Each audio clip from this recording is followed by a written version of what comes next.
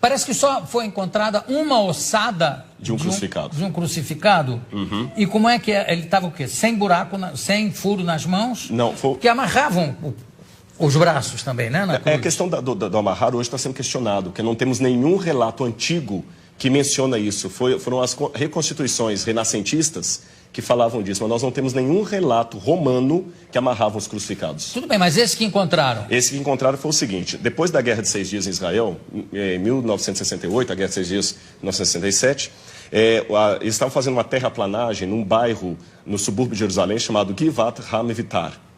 E os tratores bateram em ossários, ou caixões de pedra. Sim. E nos ossários, geralmente, você tem os ossos da pessoa e o nome escrito lá de fora, em alguns deles. E estava o nome Yohanan ben Hagakol. Ah, sim. Aliás, essa descoberta já... Não, a descoberta já tem algum tempo. Tem. Foi na década de 60, né? 68. Então, quando eles pegaram, eles abriram o ossário e perceberam que havia algumas coisas curiosas.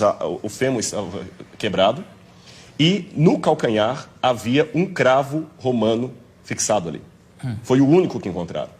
Então, a partir daquela ossada ali, eles fizeram um levantamento legístico de como seria a posição de um crucificado na cruz. E é bem diferente do que a gente imagina claro. Das reconstruções medievais. E o sofrimento de Cristo ficou de uma maneira muito mais dantesca, a visão arqueológica e eu até diria legística, porque foram médicos de medicina forense que fizeram reconstituição da causa morte. E o negócio de cravo na mão não tem?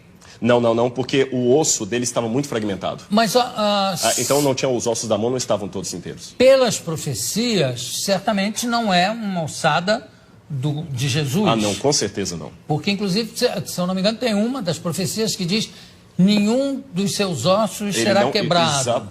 E não conhecerá a corrupção. E nós temos evidências. Eu sei que muitos historiadores hoje negam a ressurreição de Jesus, pensam que é uma teologia, mas eu digo, com base histórica, a ressurreição de Jesus aconteceu e nós temos muitos elementos históricos para afirmar isso, a despeito do questionamento de muitos historiadores. Mas sobre a ressurreição? Sobre a ressurreição. Mas qual é o dado histórico que pode haver sobre a ressurreição? Claro que é uma questão de fé, para mim é uma questão de fé. A própria forma como os relatos evangélicos estão não demanda uma propaganda. Porque o que é uma propaganda? Uma propaganda, às vezes, você mascara, enfeita uma coisa para vender um produto. Aqueles discípulos estavam, em primeiro lugar, sofrendo perseguição e abuso por causa daquilo. A ressurreição era uma única doutrina da antiguidade que ninguém aceitava. Eles aceitavam a história de Platão, que a sua alma ia para o Éon, podia aceitar a história de Pitágoras, que você transmigrava a alma de um corpo para o outro, ou então ficar com os epicureus, que morreu, acabou. Mas ressurreição... A reencarnação exatamente, a transmigração de almas está ali perto. Exatamente, alguns judeus aceitavam a reencarnação.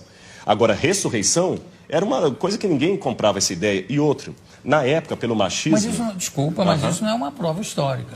Sim, mas a forma como os evangelhos foram descritos é interessante. Eles quebram todas as regras de propaganda. Quer um exemplo?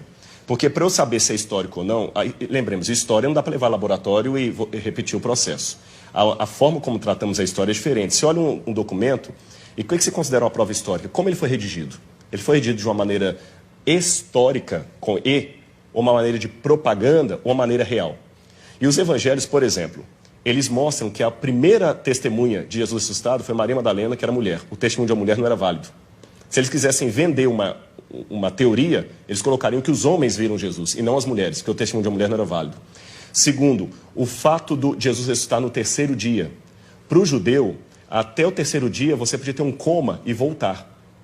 Interessante que Jesus ressuscita depois do terceiro dia, ele estava realmente morto. Outro detalhe... Mas ele não ressuscita com o mesmo corpo que ele morre, né?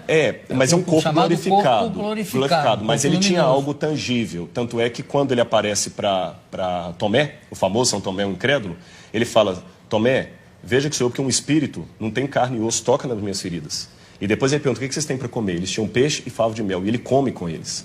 Então é um corpo glorificado, é uma questão de fé, é claro, mas tem uma continuidade com um corpo humano. Não, tudo bem, mas tudo isso, desculpa, eu sou uma pessoa de fé, né? Entendi, claro, estou aqui fazendo um pouco o advogado dele, que é o seguinte, tudo isso foi muito mexido, remexido na Idade Média, no primeiro imperador católico, Constantino. né? Constantino, inclusive as datas de carnaval, disso tudo para conjuminar, para juntar com as datas de feriados. Exatamente, pagãos. E também ele foi um pouco copydesk dos evangelhos, que tem uma opção de outros evangelhos que ele é que resolveu que não valiam.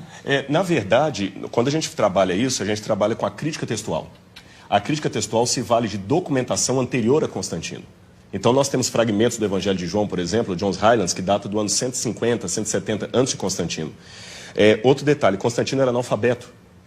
E os evangelhos apócrifos que começaram a surgir, os famosos aí, com todas aquelas histórias, eles não foram aceitos no cânon. E até contrário à decisão de Constantino, que Constantino queria que eles entrassem. Esse é um detalhe curioso da história, não foi ele que selecionou 4. Constantino não tinha cultura teológica, ele, o homem era analfabeto. Constantino permaneceu pagão até o final, ele pretendeu ter se convertido. Um político fantástico. E um último detalhe, nós temos uma informação que me chama a atenção.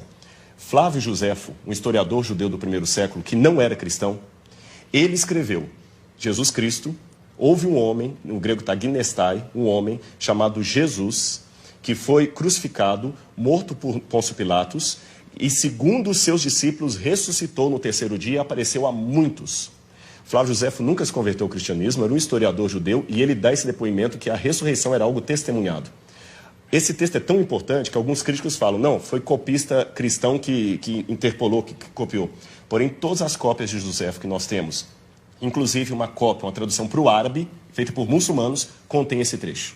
Então, do ponto de vista da crítica textual, é um texto autêntico, original de Josefo, também testemunhando a ressurreição. Claro, eu não duvido a autenticidade dos textos. Eu duvido, em alguns casos, do testemunho em si. Quer dizer, não, eu vi, eu tive. É um testemunho, está lá escrito que ele viu e que ele teve, mas claro. Que ele esteve mais... Agora, tem uma coisa que é bom, eu gostei de você ter falado uma coisa. Na Idade Média se acrescentaram muitas lendas. Esse é que é o problema. E o pessoal confunde as lendas com o que está na Bíblia. E só um detalhe com relação ao testemunho. Quando a pessoa dá um testemunho vendido, ela vai ganhar alguma coisa. O que os apóstolos ganharam com aquele testemunho? Pedro morreu crucificado de cabeça para baixo. Paulo degolado. Então, quanto tempo demorou a mentira? Essa que é a questão. Eles não ganharam nada, só ganharam perseguição. Então, das duas, uma. Ou aquele pessoa era muito doido, ou ficaram tão extasiados com aquilo que preferiram morrer a negar o depoimento que eles estavam. Se fosse uma mentira, eles tinham pulado fora. Ninguém ia ficar com Cristo até o final. O único que traiu foi Judas. Os outros ficaram, e até hoje a história está aí, e nem a modernidade conseguiu matar essa brilhante história da ressurreição de Jesus.